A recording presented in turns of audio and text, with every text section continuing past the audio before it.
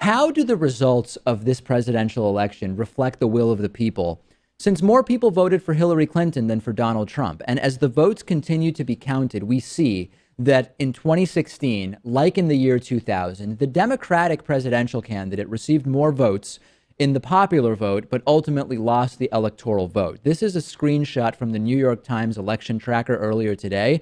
And as you see, Hillary Clinton receiving about 230-ish thousand more votes than Donald Trump today. Donald Trump with more electoral votes than Hillary Clinton, but about 250,000 fewer votes overall. This is the system that gave us George W. Bush and Donald Trump, in spite of more votes for the other candidates, Al Gore and Hillary Clinton, respectively. And because of how the Electoral College works, it's actually possible mathematically for a candidate to win the White House with under 30% of the popular vote.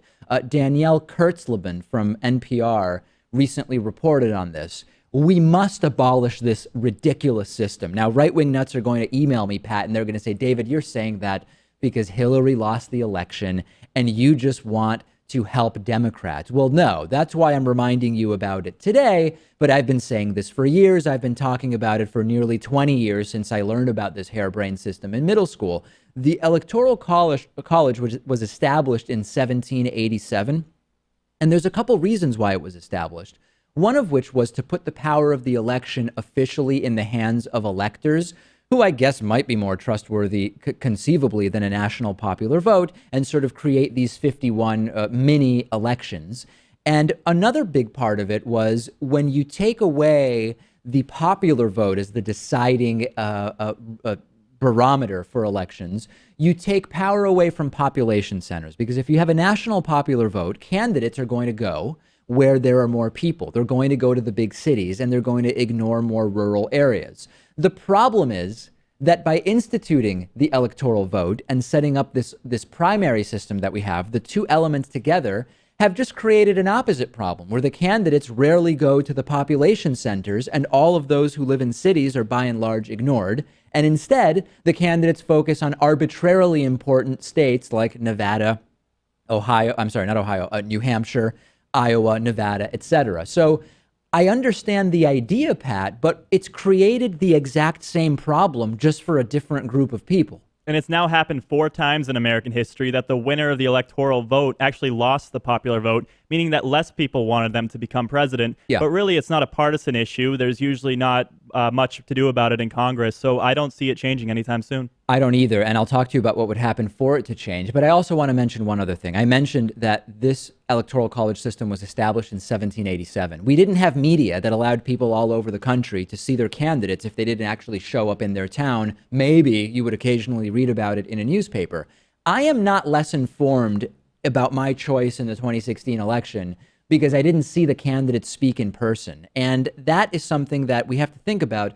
Much of the system is more relevant. The explanation for the Electoral College system makes more sense when you can't just turn on your TV no matter where you are, or the radio, or the internet, or open a newspaper and see what it is that the candidates are doing or saying. Now, it's also not democratic at the state level because the Electoral College, with the exception of those 2 districts in Maine and the 2 or 3 districts in Nebraska, I forget exactly whether it's 2 or 3 there, people who don't vote the way that the majority in their state votes essentially are not represented in the results because it is winner take all at the state level.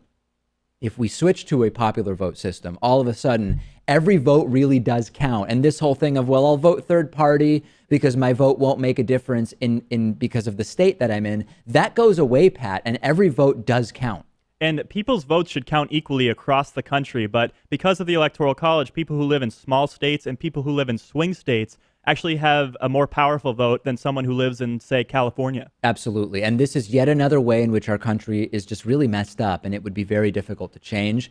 The Electoral College is part of our Constitution. That means we need a constitutional amendment to change it. That requires a 2/3 vote in both the House and the Senate, and the ratification of 38 of the 50 states.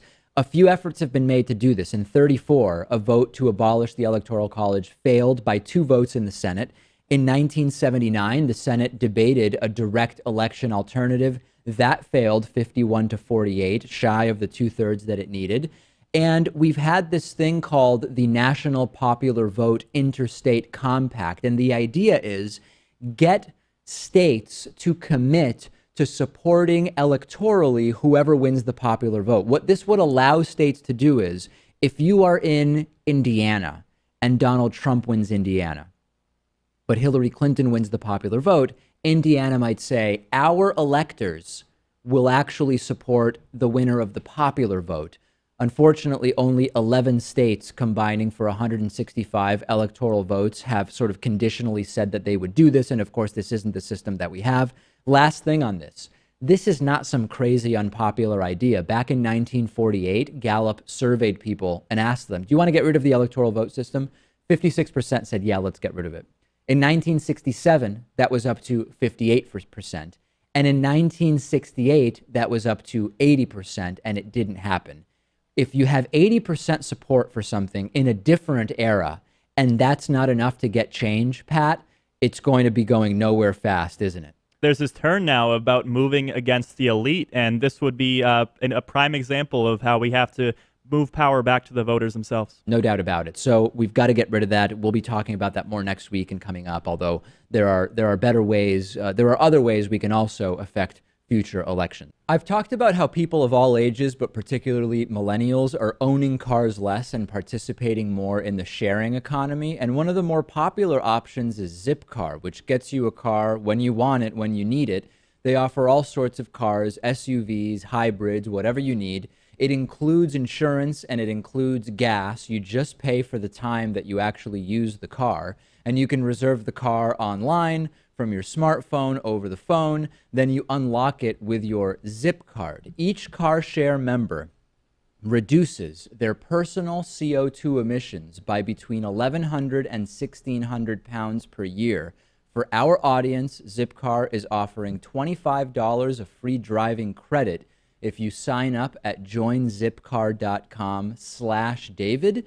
Support our show, reduce your carbon emissions and your spending on cars. Sign up at joinzipcar.com/David.